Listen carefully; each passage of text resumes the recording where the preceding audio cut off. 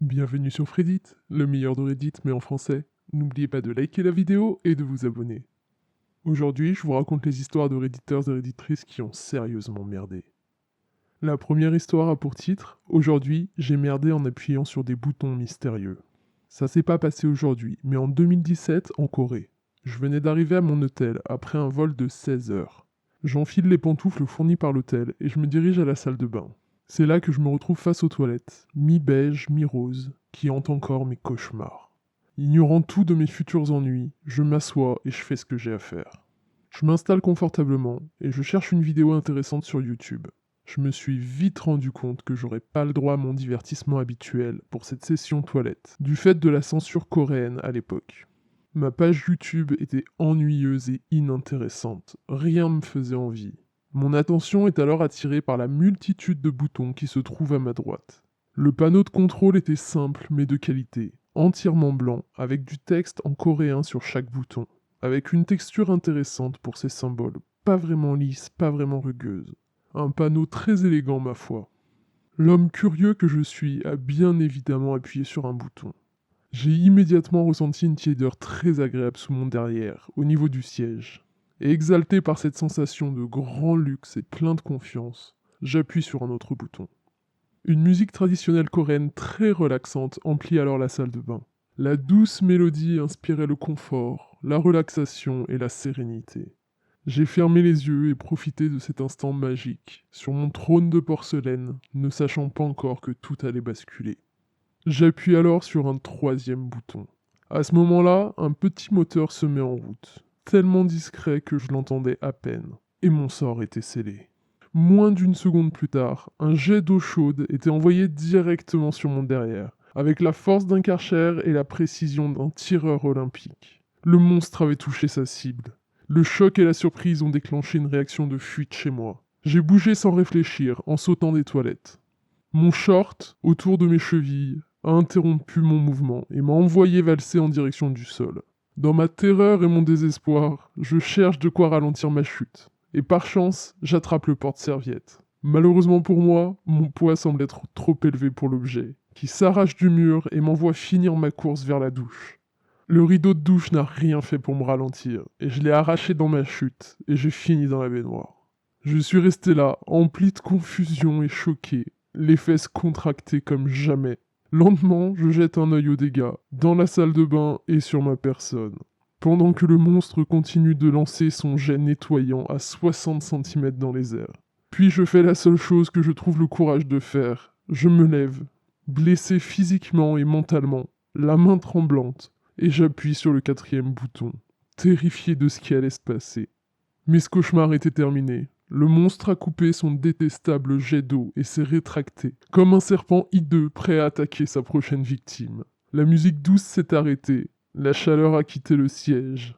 Dans un anglais à l'accent très fort, la bête a prononcé un seul et dernier mot.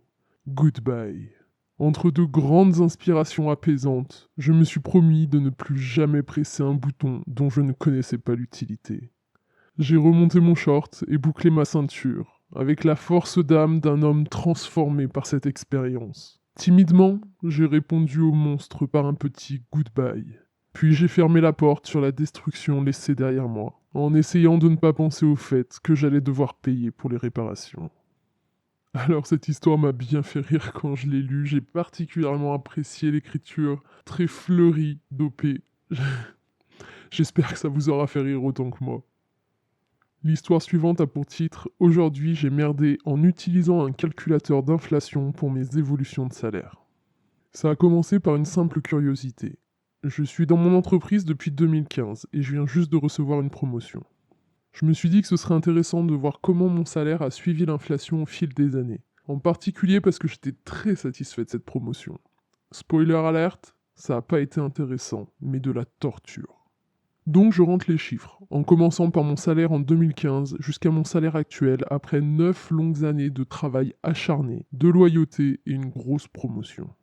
Je m'attendais à une grosse différence entre les deux salaires, ce qui justifierait toutes ces longues soirées au boulot, les vacances non existantes et les discours de ma boîte du genre « faut faire plus avec moins ». Mais quand les chiffres ajustés pour l'inflation sont apparus à l'écran, j'y croyais tellement pas que j'ai vérifié toutes mes données. La différence ? À peine 3,24%. C'est tout. Après presque une décennie, mon salaire n'a augmenté que de 3,24%, si on prend en compte l'inflation.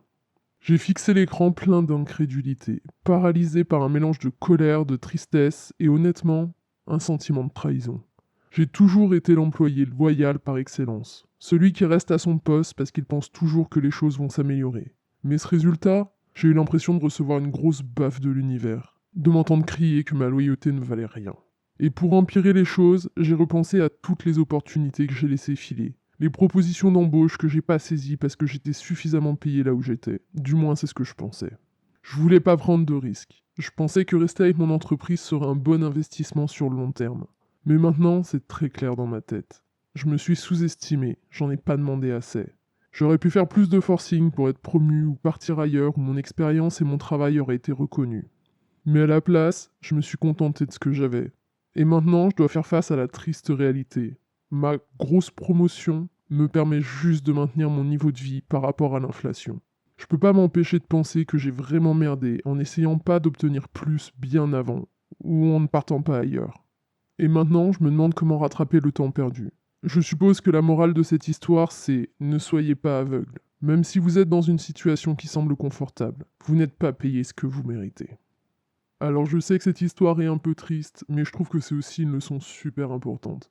Et il y a beaucoup de personnes qui commentent sur cette publication pour dire que, en fait, les seules fois où elles ont eu des vraies augmentations de salaire qui ont vraiment valu le coup, c'est quand elles ont changé d'entreprise. Et c'est vrai que pour une raison que j'ai un peu du mal à comprendre, la plupart des entreprises ont du mal à augmenter les salariés qui sont chez eux et qui travaillent bien.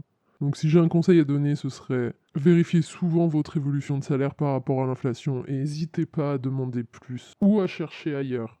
Bosser comme un fou sans rien demander, c'est jamais vraiment la solution pour avoir des belles augmentations. Et pour nous remonter un peu le moral à tous, j'ai une jolie histoire à suivre. Elle a pour titre « Aujourd'hui j'ai merdé en écrivant à mon date que j'allais l'épouser ». Ça vient juste de m'arriver, il y a littéralement 10 minutes. Je me meurs. Je suis morte. Faites que ça cesse, oh mon Dieu. Je pensais que ça n'arrivait que dans les films à l'eau de rose. Le genre de film où rien n'est crédible. Je veux m'enterrer au fond d'un trou et ne plus jamais voir la lumière du jour. Pourquoi moi? Oh, pourquoi moi? Il y a 10 horribles minutes, je rentrais d'un date merveilleux avec un homme séduisant qui était mon ami depuis 3 ans. J'étais appuyé contre la porte de mon appartement, que je venais de fermer sur son magnifique visage. Et j'ai tapé ces mots qui me hanteront jusqu'à la fin de mes jours. Meuf, je crois que je vais finir par épouser ce mec. C'était destiné à ma meilleure amie, la seule personne avec qui je peux partager mes pensées les plus intimes. Et j'ai envoyé ce message très poétique à mon date au lieu de mon ami. Est-ce que vous pensez qu'il y a un trou assez gros sur Terre pour enterrer toute ma détresse, toute ma honte? Est-ce que vous pensez que je peux faire un pacte avec le diable pour revenir en arrière? J'ai besoin que de 10 minutes. Ce serait vraiment top. Est-ce que je peux mourir maintenant, tout de suite? Une mort métaphorique et littérale est le seul soulagement que j'entrevois. Je suis actuellement sur le sol de mon appartement, à fixer le plafond. Je crois que je vais rester là pour toujours. EOP nous donne une update le lendemain. Bonne nouvelle, au bout d'un certain nombre d'heures à fixer le plafond, l'ennui arrive et on finit par se rendre compte que l'envie de crier merde, merde, merde à plein poumon ne durera pas pour toujours. Mauvaise nouvelle, vous avez tellement liké et commenté ma publication que j'ai fini sur la première page de Reddit et, apparemment, dans une émission de radio portugaise très connue ce matin. Cool, cool, cool. Bref, passons à l'update. Une fois que je me suis rendu compte de ma gravissime erreur, je lui ai rapidement envoyé un autre message pour lui dire que le précédent n'était pas pour lui, avec un emoji qui pleure toutes les larmes de son corps pour être sûr de bien faire passer le message. Cet homme adorable m'a immédiatement répondu en me disant qu'il ne lisait pas les messages qui n'étaient pas pour lui, et avec un emoji clin d'œil. Je lui ai alors demandé la permission de mourir sur le champ, et il m'a répondu « Non, s'il te plaît, ne meurs pas », avec un emoji bisou. Ce matin, il m'a écrit pour parler d'un voyage dont on avait discuté pendant le date. Béni soit cet homme. La cruauté des dieux a une limite, on dirait. Je voudrais juste clarifier que mon post d'hier était un poil hyperbolique. Comme le message qui a créé la situation. Bizarre, hein? J'ai bien dormi cette nuit, et j'ai réussi à rire. De moi, de mon erreur, du timing ridicule. Mais je me rends compte que ça a aussi fait ressortir le moment avec plus de clarté. Quand on était devant ma porte et qu'il s'est penché pour m'embrasser. Quand je le regardais en fermant ma porte. Quand je me suis retourné pour m'appuyer contre la porte, en soupirant et en souriant, les clés encore à la main. Les sentiments qui m'ont poussé à écrire et envoyer ce message. Il y a 2 semaines, alors qu'on n'était que amis, il m'a proposé d'aller se balader dans un parc. Je me doutais qu'après nos 3 ans d'amitié, il allait peut-être enfin se montrer vulnérable et partager ses sentiments avec moi. J'avais une relation sérieuse quand on s'est rencontrés, et par respect pour moi, il ne m'a jamais fait d'avance. Mais j'étais célibataire maintenant. Et on était là, tous les deux, assis sur un banc dans le parc. Il m'a regardé et m'a avoué qu'il avait des sentiments pour moi. Des sentiments qui avaient commencé il y a 3 ans quand on s'est rencontrés. Et dans ce parc, par une belle nuit claire, sous 35 étoiles visibles, oui, on a compté, il m'a embrassé. Hier soir, je suppose que c'était mon tour de me montrer vulnérable, même si c'était par accident. Pour une fois, je comprends Ted dans comment je l'ai rencontré. J'avais tout le temps envie de lui envoyer des trucs à la figure quand sa tête ridicule apparaissait à l'écran, et c'était souvent. Mais je crois que je préfère ma vie à n'importe quelle comédie romantique. Et on a une autre update 4 ans plus tard, qui s'intitule « Meuf, on s'est mariés ». 3 ans après avoir écrit par erreur à cet homme magnifique que j'allais l'épouser quelques secondes après la fin de notre premier date, j'ai fini par l'épouser. Dingue, hein? Je me suis dit que vous méritiez de le savoir. Vous m'avez beaucoup aidé avec vos commentaires hilarants et toutes les histoires embarrassantes que vous m'avez partagées pour me remonter le moral. Grâce à vous, je me suis reprise en main et je n'ai pas commis un harakiri motivé par la honte. Ces 3 années ont été remplies de joie. Il est toujours aussi merveilleux et gentil. Au final, je pense que je pourrais dire « Les enfants, c'est comme ça que j'ai rencontré votre père ».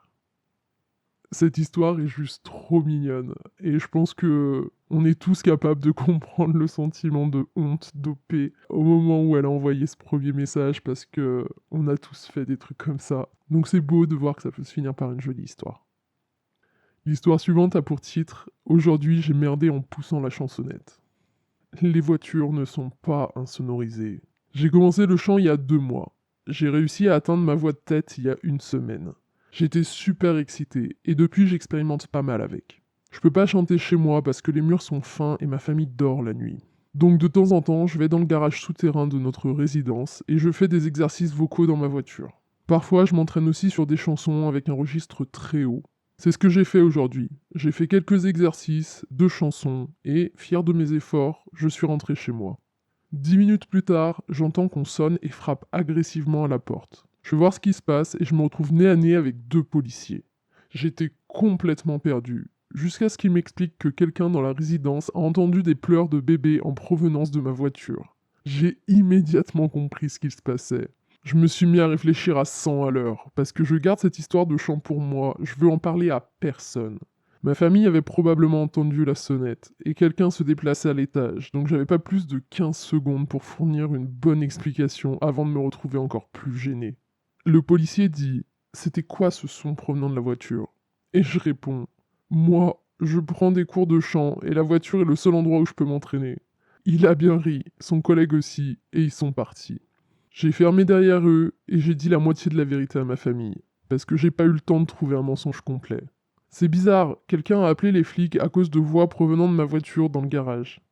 Ma famille voulait mener une enquête sur ce qui s'était passé, mais ça m'arrangeait pas du tout. Donc j'ai ajouté « Il se peut que j'ai regardé des réels sur Insta et rigolé un peu fort dans ma voiture. Ils m'ont traité d'idiot et ça s'est arrêté là.